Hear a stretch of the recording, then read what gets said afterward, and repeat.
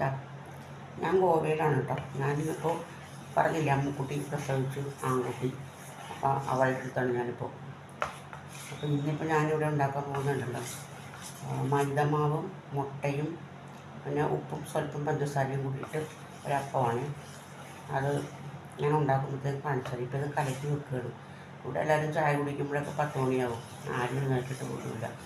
നമ്മുടെ ഇവിടുത്തെ പോലെയൊന്നും അല്ല ഇവിടെ. അപ്പോൾ ഇനിയിപ്പോൾ അത് കലക്കി വെച്ചാൽ ഒന്ന് പൊങ്ങട്ടെ. അപ്പോഴത്തേക്കും നമുക്ക് പിന്നീട് കാണാൻ കേട്ടത്. നമുക്ക് ഗ്യാസ് കത്തിച്ചു കൊടുക്കാവേ.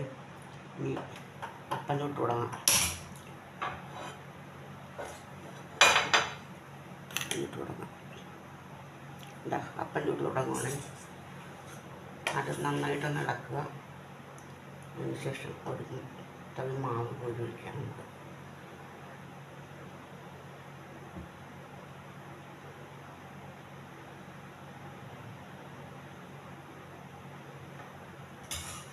അത് മുരിയട്ടെ കേട്ടോ. അപ്പോഴേക്കും ഞാൻ ഗോവ വിശേഷങ്ങളാണ് ഇന്നുണ്ട്. ഇപ്പം ഞാൻ ഇപ്പം വന്നിട്ടിപ്പോൾ ഒരു 5 ദിവസത്തോളം ആയിട്ടില്ല. ഇന്നത്തേക്ക് 6ാമത്തെ ദിവസമാണ്. അപ്പോൾ ഇവിടെ ഇങ്ങനെ അടിച്ച് പൊളിച്ച് പോകണം എന്ന് വെച്ചാൽ പുറത്തേക്കൊന്നും പോയിട്ടൊന്നുമില്ല. അതിനെ പറ്റിയ സമയമല്ല ഇത്.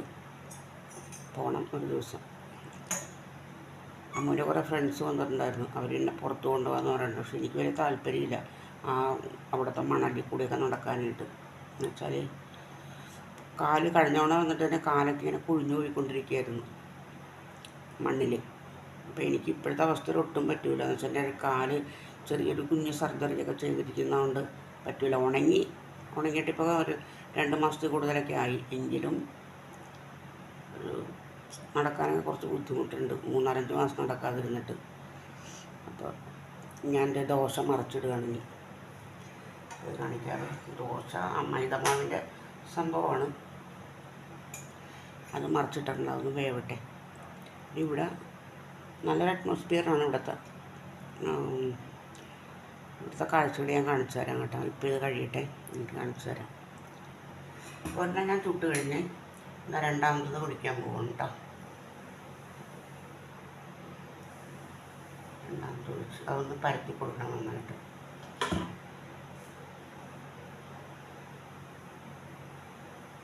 ഞാൻ അവിടെ നിന്ന് വേവട്ടെ.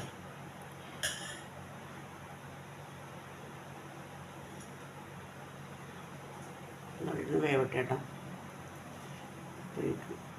ഒരു സൈഡ് മുരിഞ്ഞിട്ടുണ്ട്. അപ്പം ഞാൻ കുറച്ച് നെയ്യ് ഇട്ടിട്ട് അതൊന്ന് മറച്ചിടുകയാണ്. നെയ്യ് ഇട്ടാലും കുഴപ്പമില്ല കേട്ടോ. എനിക്ക് കിട്ടുന്ന മാത്രമേ ഉള്ളൂ. അപ്പോൾ അതിൻ്റെ ഒരു സൈഡ് കുറച്ച് മുരിഞ്ഞു പോയി. മൈദദോശയെല്ലാം ചുട്ട് കഴിഞ്ഞ് ഇനി അടുത്തതെന്ന് വെച്ചിട്ടുണ്ടെങ്കിൽ ഒരു ചിക്കൻ സ്റ്റൂ ഉണ്ടാക്കണം. ഇന്നലത്തെ കുറച്ച് ഇരിപ്പുണ്ട്. അതൊന്ന് ചൂടാക്കിയെടുത്താൽ മാത്രം മതി. കറി കാണിക്കാവേ. ഇതാ സാമ്പാർ ഉച്ചക്കത്തേക്ക്. പിന്നെ ക്യാബേജ് തോരൻ ഫ്രിഡ്ജിനകത്ത് ഇരിപ്പുണ്ട് വേറെ. അത് ഞാൻ എടുത്തു വെച്ചില്ല. ഇവിടെ ഉണ്ണാറായിട്ടില്ല. സമയമാകുമ്പോഴത്തേക്ക് എടുത്ത് വെച്ചാൽ മതിയല്ലോ. Okay bye.